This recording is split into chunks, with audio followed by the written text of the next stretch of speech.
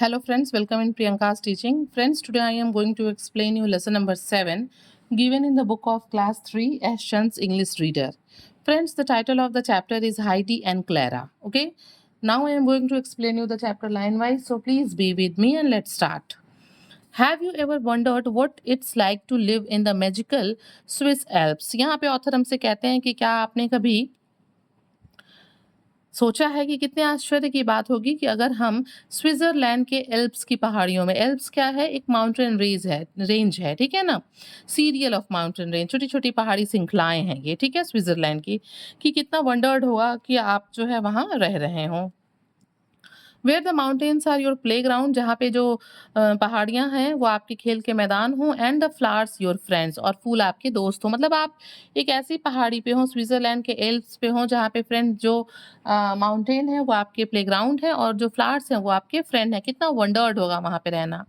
Join Heidi, her grandfather, and her new friend Clara as they discover the true meaning of friendship, kindness, and the joy of being together in the heart of nature. वहाँ पे जो है Heidi grandfather और उनके जो नई friend Clara है, वो सब के सब मिलके क्या करते हैं, वो डिस्कवर करते हैं the true meaning of friendship, मतलब दोस्ती की एक नई अर्थ को वो डिस्कवर करते हैं, एक काइंडनेस को, and the Joy of being together, और एक साथ रहने पे जो खुशी मिलती है in the heart of nature, प्रकृति की गोद में, प्रकृति के हृदय में एक साथ रहने की जो खुशी होती है वो फील करते हैं। चलिए अब मैं आपको कहानी शुरू करती हूँ। Heidi was an orphan girl. Heidi कौन थी? वो एक अनाथ बच्ची थी, ठीक है, who used to live with her aunt Dete, जो अपने आंट डेटे के साथ रहती थी।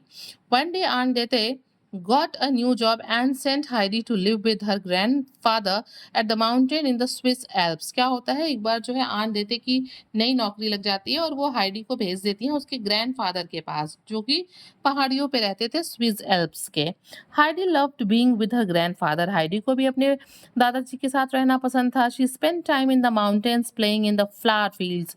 वो अपना टाइम जो है माउंटेन पे जो है गुजारती थी। वो वहाँ पे जो फ्लावर फील्ड्स होते थे, फूल के जो मैदान होते थे, उनमें वो खेला करती थी, ठीक है। She be फ्रेंडेड Peter her grandfather shepherd, और वो उसने जो है उसकी दोस्ती किससे हुई? उसकी दोस्ती इससे शेफर्ड, सॉरी, पीटर से हुई, जो कि उसके ग्रैंडफादर का शेफर्ड, शेफर्ड मीन्स होता है गरड़िया, जो कि भेड़ बकरियों को चढ़ाता है। तो हाइडी की फ्रेंडशिप जो है वो पीटर से हो गई।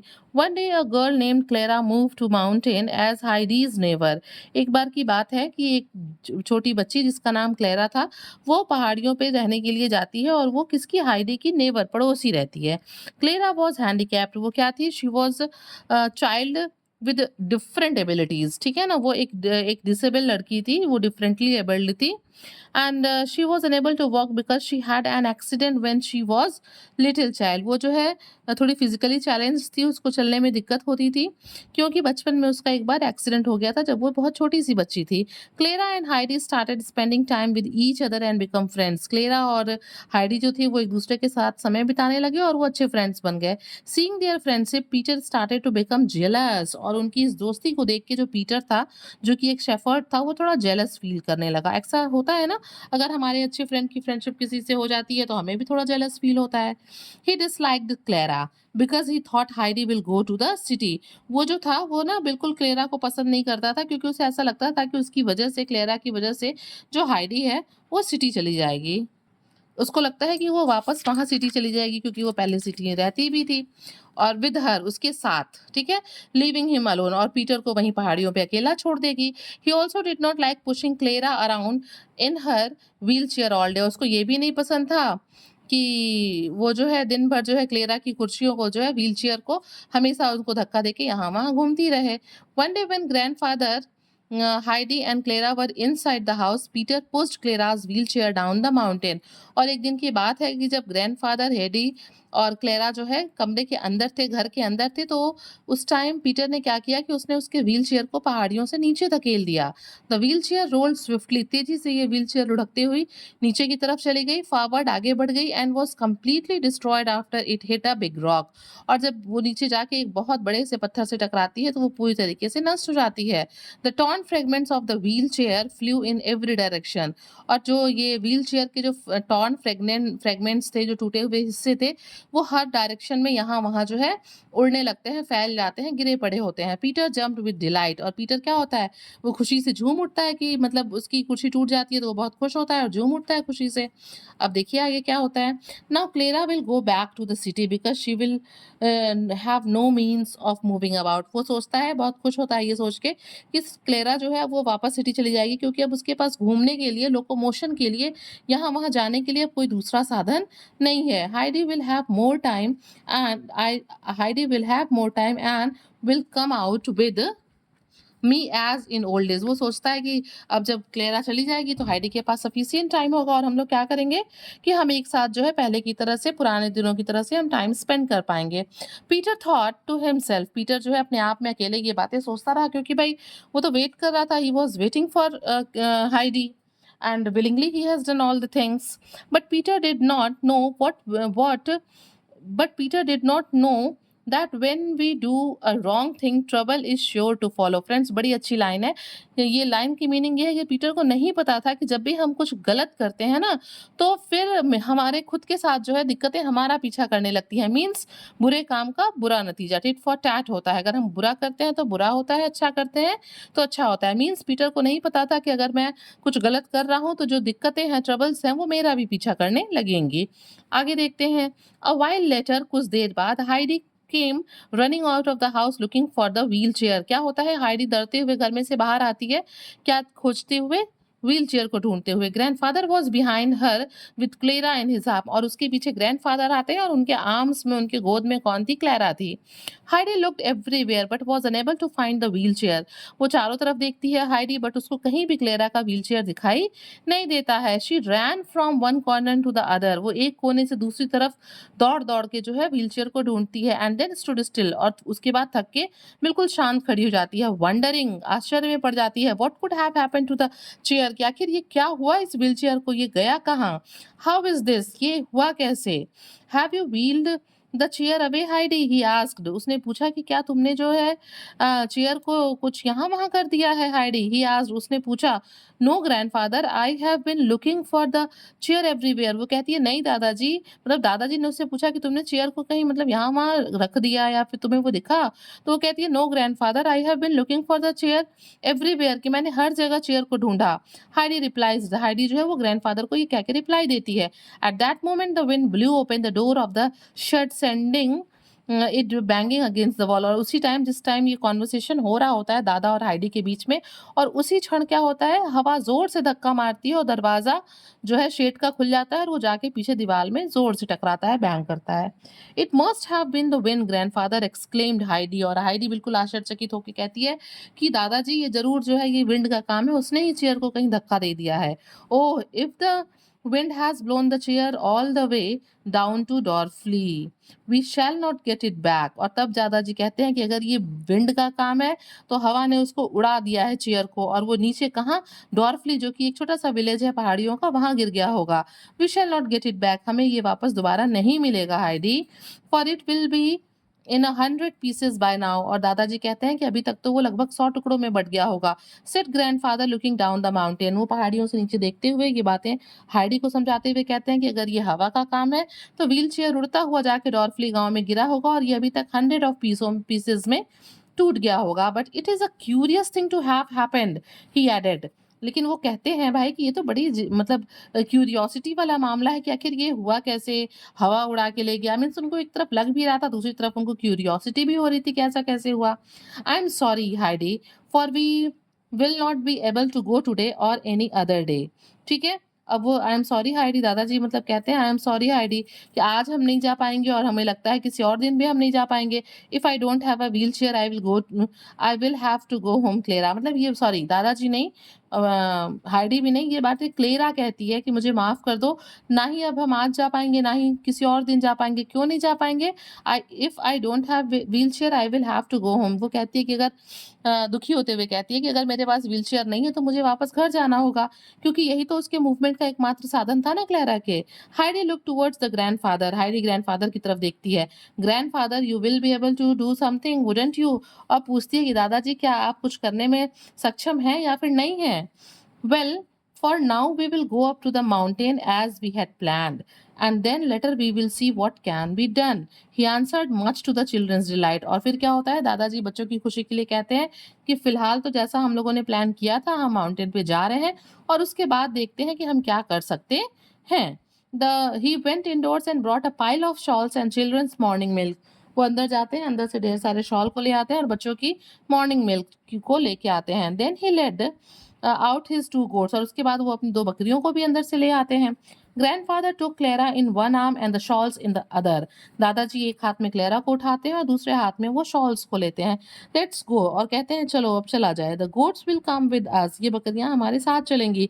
ही सेड टू द गर्ल्स। उन्होंने क्लेरा और हाइडी से कहा कि ये बकरियां हमारे साथ चलेंगी। Grandfather took Clara sorry Heidi was pleased at this and walked on after her grandfather with the goats. और क्या होता है, ये बातें सुन के जो है हाइडी खुश होती है और वो क्या करने लगती है, अपने दादाजी के साथ चलने लगती है उन्हीं बकरियों के साथ।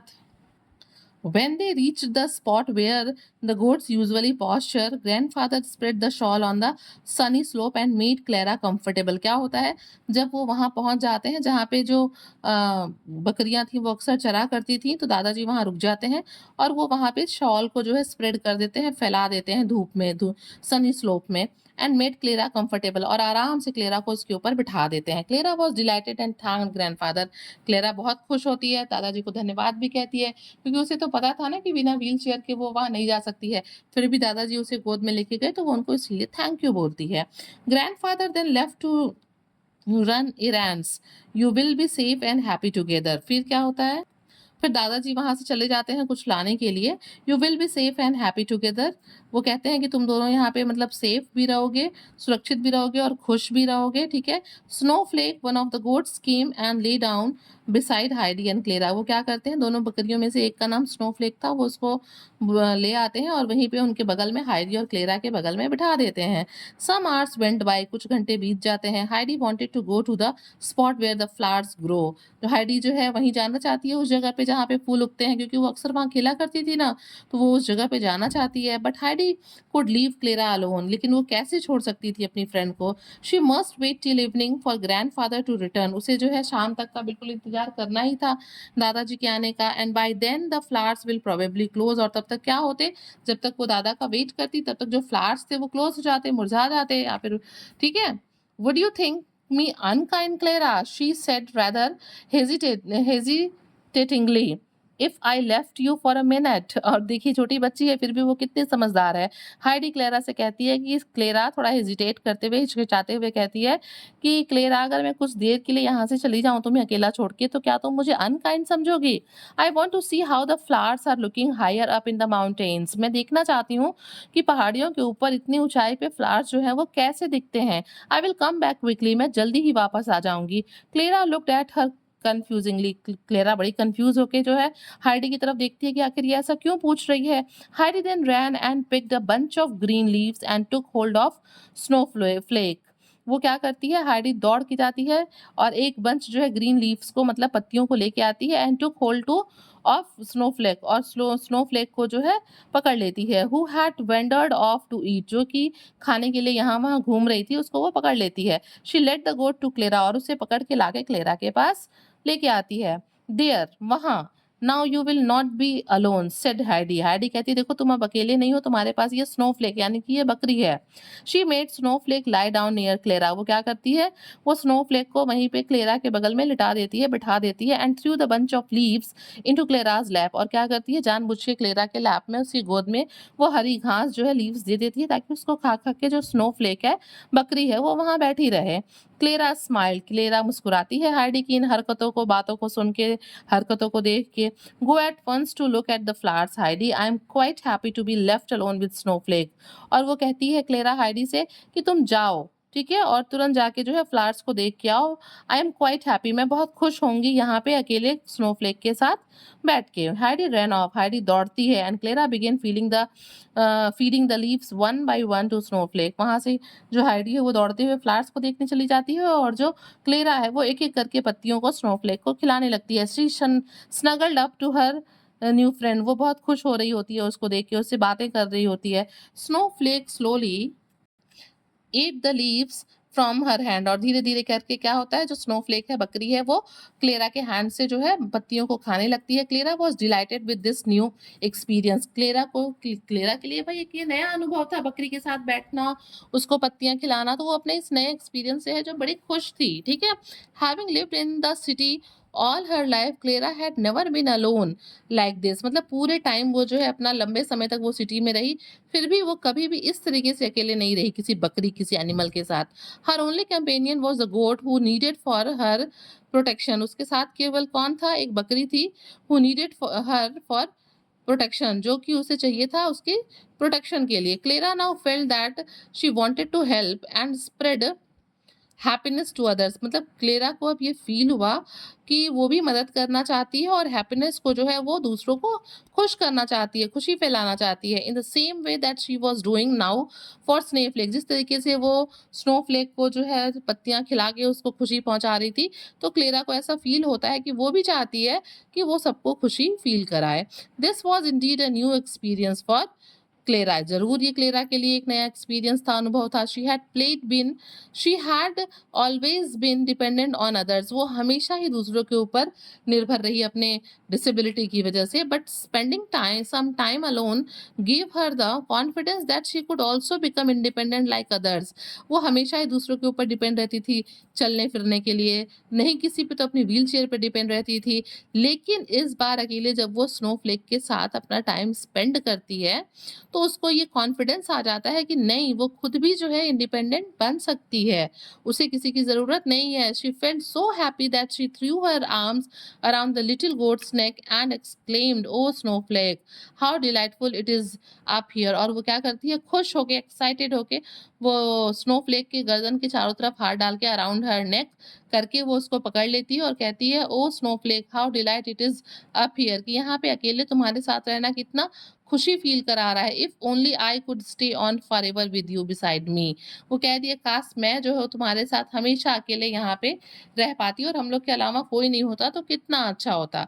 तो फ्रेंड्स, आपने देखा यहाँ पे किस तरीके से एक छोटी बच्ची जो कि क्लेरा है, वो कैसे एक एनिमल के साथ रहती है, उसको फीड कराती है और कैसे फिर वो बाद में मतलब वो ये उसके अंदर ये कॉन्फिडेंस डेवलप होता है कि वो भी कुछ कर सकती है बिना किसी के ऊपर डिपेंड हुए। दूसरी तरफ आप पीटर जैसे बच्चे को भी देख सकते हैं कि वो कितना इनसिक्योर था, उसको ऐसा फ़ील होता था कि भाई उसकी फ्रेंडशिप जो है वो खराब हो जाएगी हाइडी के साथ। So friends, if you like the explanation please do share to others and very thank you for watching.